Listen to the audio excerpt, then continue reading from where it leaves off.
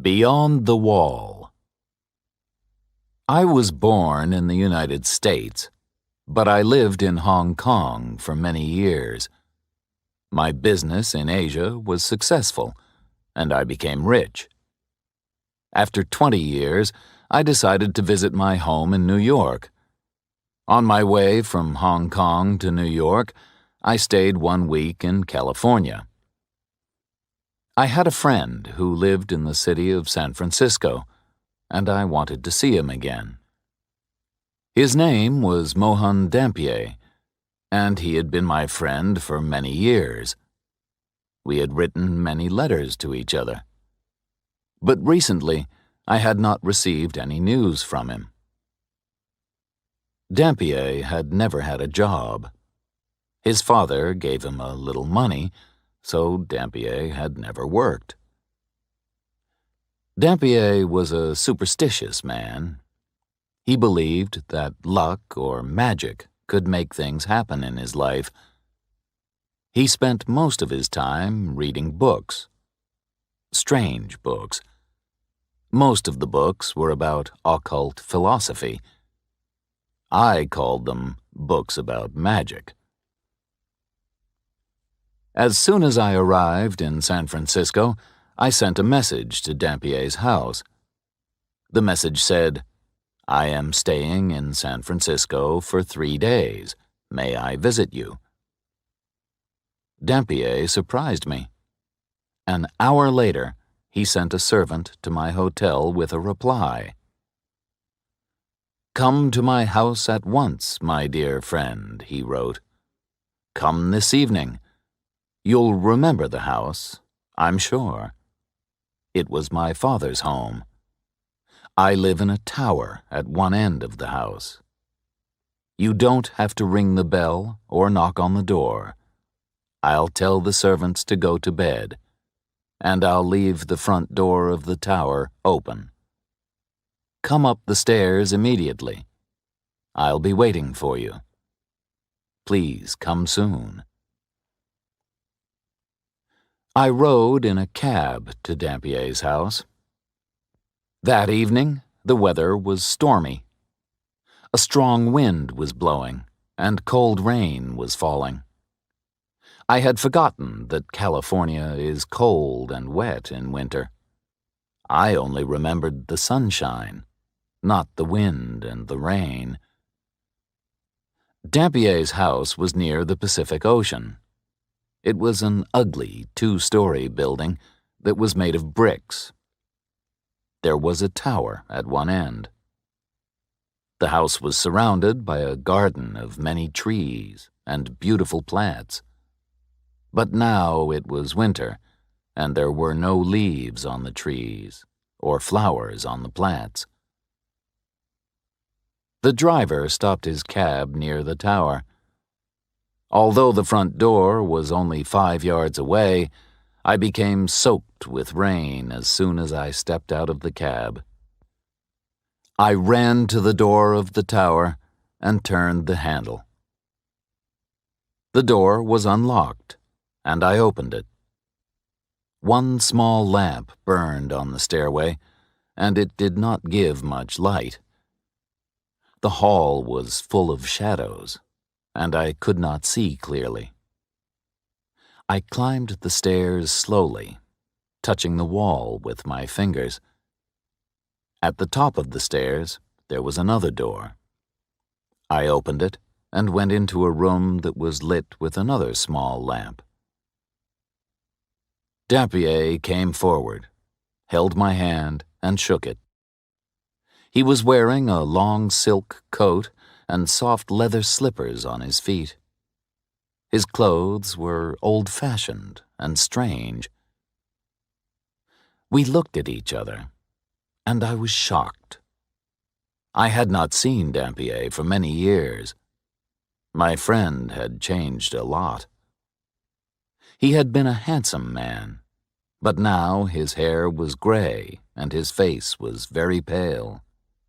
There were many lines around his eyes and mouth. Dampier looked like a thin old man, but he was not older than 50. His large and bright eyes shone strangely in the shadowy room. "Welcome, my friend. Please, sit down," he said. Dampier offered me some wine and a cigar, and we talked a little.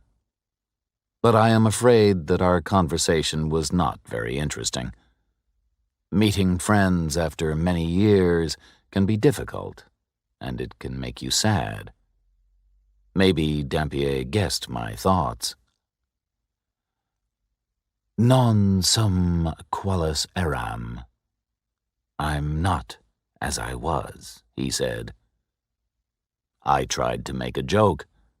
"Your Latin hasn't improved," I replied.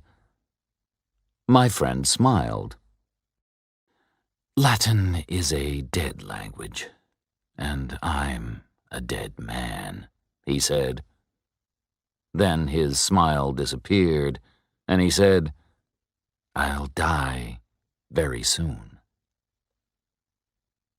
I did not know what to say. I smoked my cigar and drank my wine. We were both silent for several minutes. Outside, the wind had stopped blowing. I wanted to leave the house. Suddenly, I heard a strange noise. Tap, tap, tap. It was the sound of someone or something knocking. Was the sound coming from one wall of the tower? Tap, tap, tap. The sound was not quick or loud. It was not the sound of someone knocking loudly on a door. The soft tapping sounded like someone sending a signal, a message. Dampier had forgotten me. He was staring at the wall. There was a strange expression on his face. My friend looked excited and afraid. His eyes shone brightly. I did not know what to do. Should I go or stay?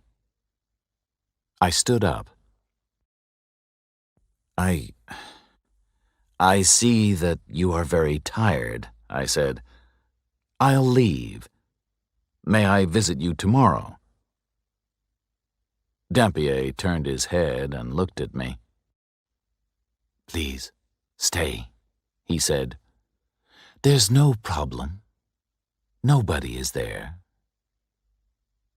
He walked to a small window and opened it. I had not noticed the window earlier. "Look," he said. I walked across the room and looked out of the window. I could see nothing except the light of a street lamp and rain falling. No one was standing outside.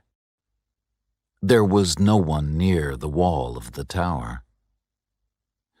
"Please, don't leave me," said Dampier. "I must tell you a story. You're the only man that I can tell it to. Will you listen to my story?" I wanted to go back to my hotel. Dampier, his house, and the strange noise made me feel uncomfortable.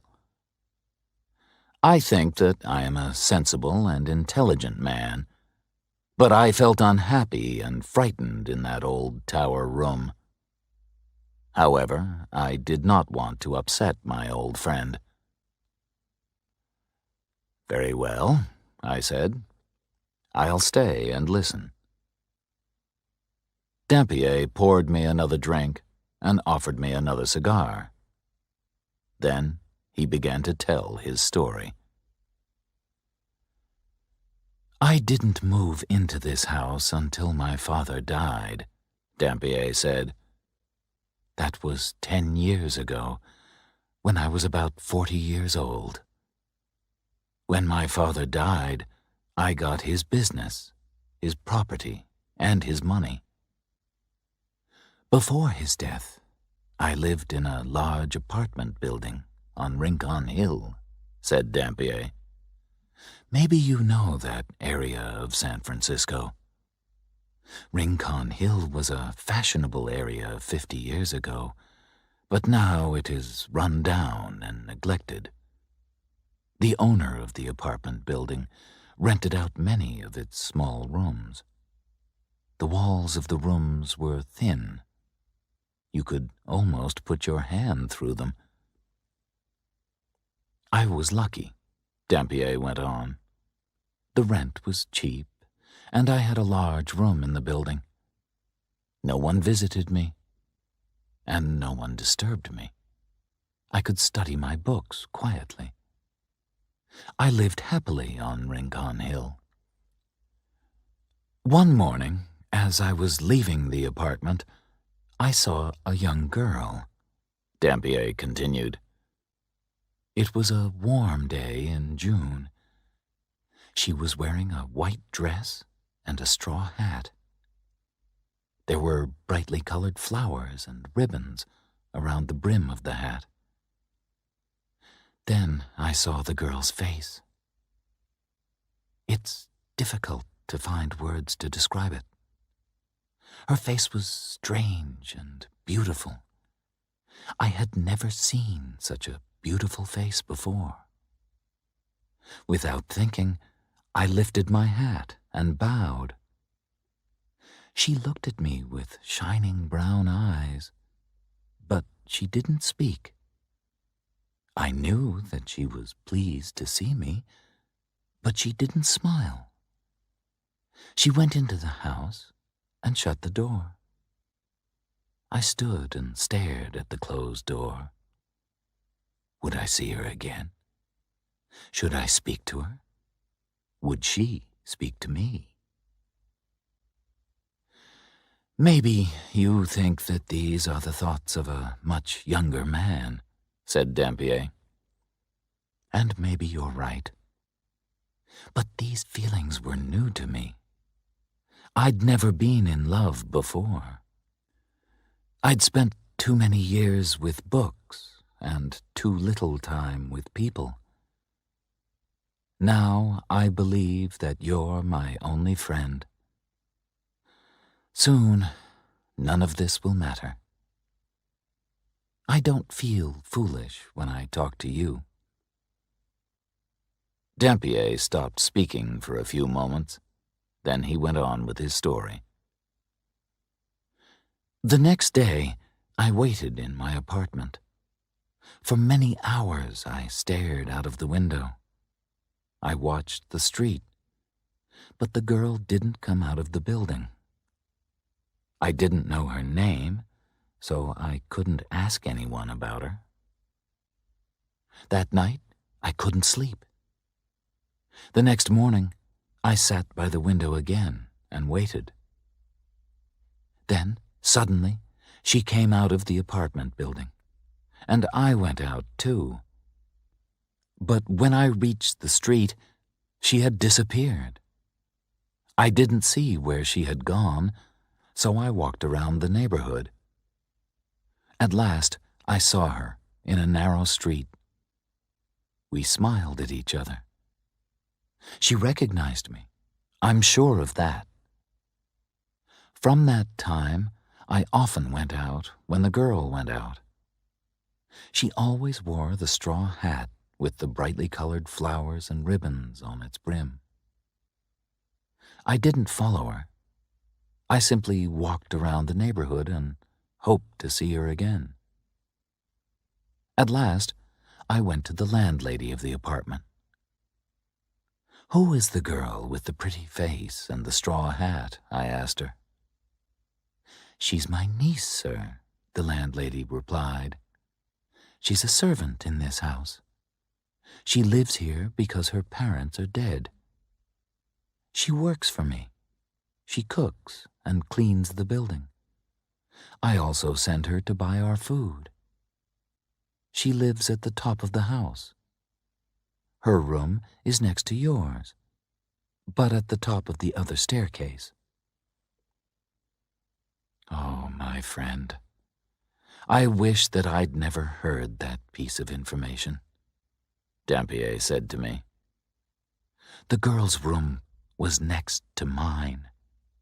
She was on the other side of the thin wall. At night, I put my hand on the wall, and I thought of her. Was her bed by the wall? Was she sleeping only a few inches from my hand? I couldn't study because of the girl, said Dampier. My mind wasn't clear. I only thought about the girl. I couldn't study my books about the occult. I'd never wanted to marry, Dampier went on. I'd never wanted a wife and children. I was only interested in learning. And I could never marry a poor, uneducated servant girl. My father would never have given his permission. All my money came from my father. If he had stopped giving me money, well... What happened next? I asked. My friend looked at me sadly. I stopped waiting for her, and I stopped watching her. I only studied. I spent all my time reading my books. But one hot night, I couldn't sleep. Thoughts were racing around and around in my mind. I thought again and again about the beautiful girl. I wanted to be with her. She was only on the other side of the wall. I tapped on the wall. I tapped very gently 3 times. Tap, tap, tap. I tapped again. Tap, tap, tap. Then I felt foolish. I was behaving like a boy who is in love for the first time. I got out of my bed and began to study my books. I was reading a strange book, Dampier said. It was a book of occult philosophy by Necromantius. You would call it a book of magic and superstition. In his book, Necromantius describes how to be a fortune-teller. Necromantius also wrote about strange and terrible things that happened 3 times. When these things happened 3 times, death would come. Necromantius called this a fatal triad. I believe that a fatal triad has happened to me. Why? I asked. What happened? While I was alone, reading that strange book by Necromantius, said Dampier, I heard a sound. It was a soft tapping sound. It came from beyond the wall. It was the answer to my own signal. Tap, tap, tap. I knew that the pretty servant girl was sending a message to me. She wanted me to come to her. I ran to the wall and tapped my signal again. Tap, tap, tap. But after that, there was silence. She didn't reply to any of my other signals. I listened for many hours, but I heard nothing more. For many days after this, I looked for the girl, Dampier said, but I never saw her again. I tried to forget her. Then, one evening, I went to bed early because I was very tired. In the middle of the night, I awoke suddenly. I had heard a soft sound. I opened my eyes and sat up. I heard a soft tapping on the wall beside the bed. In a few moments, it was repeated. Tap, tap, tap. I was going to reply to the signal, then I stopped. The girl hadn't replied to my last messages. I would not reply to her now. Dampier drank a little wine and then continued. I lay in the bed, listening, he said, but I didn't reply. At last, I must have slept. When I awoke, it was late, and I felt tired. I needed some fresh air, so I went out of my apartment. The landlady was outside my door. "Oh, Mr. Dampier," she said. "Have you heard the terrible news?" My heart began to beat quickly. My voice shook when I answered. "What news?" I asked her. "My poor niece was sick for a week," the landlady replied. "Didn't you know? I've seen you watching her. Didn't you know that she was ill?" I was shocked, said Dampier. I didn't know what to say. Yes, I had looked at the girl, but I'd never spoken to her. My mind was always full of thoughts of my books and thoughts of her. How much time had passed since I had seen the girl? A few days? A week? I couldn't remember. "And how is your niece now?" I asked the landlady. "I'm sorry, sir," the landlady replied. "She was very ill last night, and I took care of her. The poor girl made only one request. She wanted her bed to be moved. She wanted her bed to be beside the wall next to your room. So we moved her bed. This made her feel happier, poor thing. Then she touched the wall and smiled. A few hours later, she died." The expression on Dampier's face was terrible. There were tears in his eyes as he continued his story. "When I heard this news, I nearly died too," said my friend. I didn't know what to say. What had I done? I had sent my thoughts to the girl, and she had answered. I had not called out in words. I had used occult philosophy, magic, to send her a message. Dampier was silent for a few minutes. Then he went on. "A few days later, I heard of my father's death," said Dampier sadly. "I left the apartment on Rincon Hill and came to his house, this house. It's been my home since then.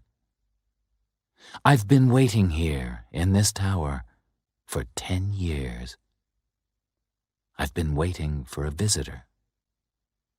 I wasn't expecting to see you, but your visit wasn't a surprise. Necromantius tells us how signs are repeated 3 times. You've heard my story. You must decide if my story has happened because of a fatal triad. I heard the tapping twice before. The first time, I tried to find the person who made the noise. The second time, many signals were sent to me, but I didn't reply. Now you've heard the tapping too. That was the 3rd time. The fatal triad is complete." I stood up and shook Dampier's hand. My friend knew that I understood his sadness and pain. He pressed my hand with his fingers and smiled. I said good night. There was nothing more to say. The next morning, a servant came from Dampier's house. He brought a sad message for me. My friend, Mohan Dampier, had died in the night.